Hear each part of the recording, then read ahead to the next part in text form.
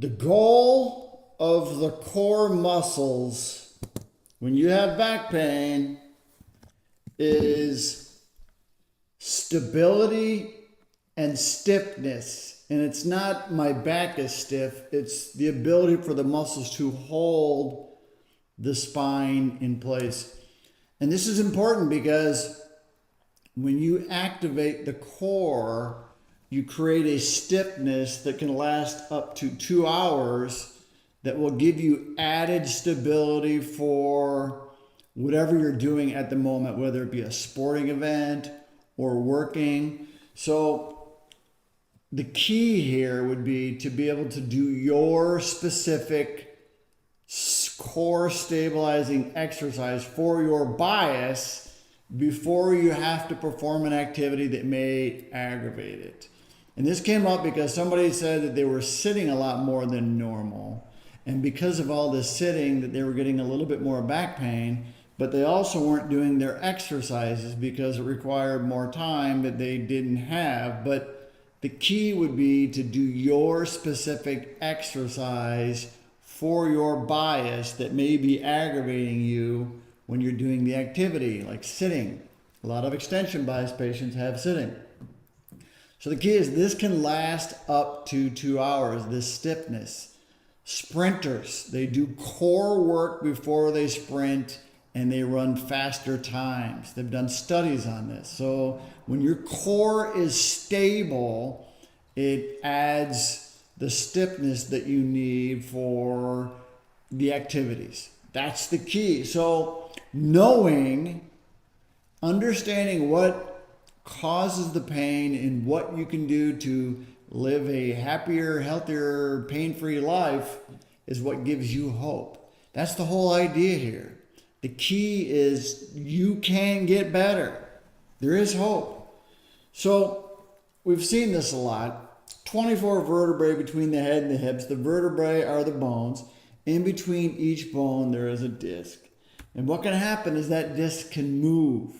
Now, the disc functions best when the stresses are distributed evenly in all directions. And what happens sometimes is the muscles aren't doing their job, or one muscle's tight and one muscle's loose. We call that reciprocal inhibition, or altered reciprocal inhibition when it becomes permanent. And it changes the load on the disc. So the key for a better functioning disc is to make sure that the load is distributed evenly, which is what the core does for you. But you have to start in the right direction, because we know when there's a tear in the annulus, you get an annular tear, the disc will start to migrate out. You'll get the bulge, you get the herniation, but it's really the result of the muscle imbalance, or the strength indifference, or the fact that the muscles just aren't doing what they should be doing. And that core muscle really prevents the motion to the disc and the motion to the spine.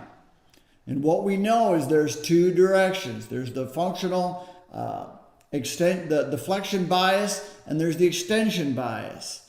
And your movement patterns will dictate what's happening to the disc. We did the studies, 5,000 MRIs. And we found out some people, when they bend forward, what happens is it makes the herniation worse. So what do you want to do? You want to make sure you're not bending forward. So what do you do to prevent bending forward? You strengthen the muscles in the back. You create strength in the back by doing the core work for the back muscles, your extension bias. If you sit in a chair too long, what happens is the spine starts to flatten out. So what you want to do is you want to make sure that you have stiffness. Okay, it's not, oh, I feel stiff, I can't do that. The stiffness comes from the activation of the muscles, which actually comes from the nervous system, which is neural drive. And I'll do a video about that tomorrow, because that's important, because there are certain things you can do to increase neural drive, and there's things you can do to decrease neural drive. And there's certain things that you do, you need more neural drive, and there's certain things you do less neural drive. Okay. So without confusing you too much, if you're an extension bias, before you do the activity that you're going to do that might require you to flex or just to use your spine period, it's a good idea to do your extension bias exercise, which would be bird dog.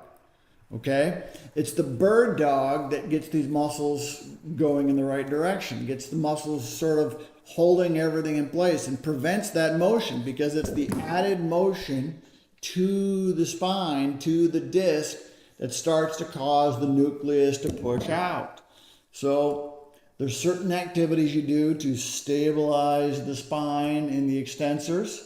And there's also activities that you do for the flexors. If you're a flexion bias patient, do your ab curls before you have to do the activity, whether it's golf or going to work or whatever it is.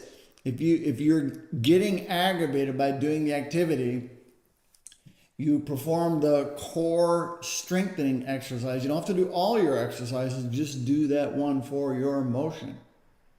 Okay, just do your bird dog or just do your ab curl. If you're sitting, sometimes what happens, I had to sit 8 hours a day. By 4 hours, I was starting to get a little bit sore. Okay, do your bird dog. If you're extension, do your ab curl. If you're flexion. Okay, we have to get up and walk around. We've talked about those things. All the, I don't want to call them tricks, because it's really just sparing the spine of all the stress, the spine sparing activities.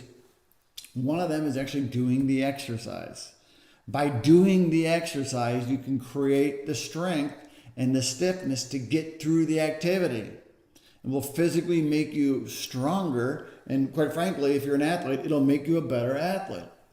So we've talked about the different phases, but right now we're talking about the stability and then creating the endurance to have it last. And the only way to create the endurance is to do the endurance activities, the endurance strength.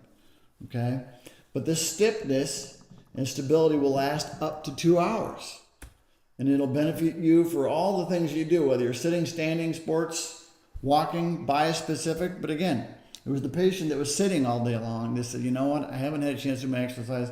My back's a little worse. What should I do? Well, if you're not going to get up and move around, which is what you're supposed to do your exercise. Do the bird dog. Okay, that's the key. Do them throughout the day if you have to. That's what gets everything back in place. So what are we looking for? Strength, endurance. But the back pain comes from the capacity shortfall, meaning you've been sitting too long. How do you do that? Add the strength, add functional strength. And by doing that, you can get the herniated discs to go away and you can live your life pain-free. That's the key. Do your exercises before you have to perform the activity. We've seen this thousands and thousands and thousands of times. Okay? Do the activities. Do the work. Get the results. Do the core exercises.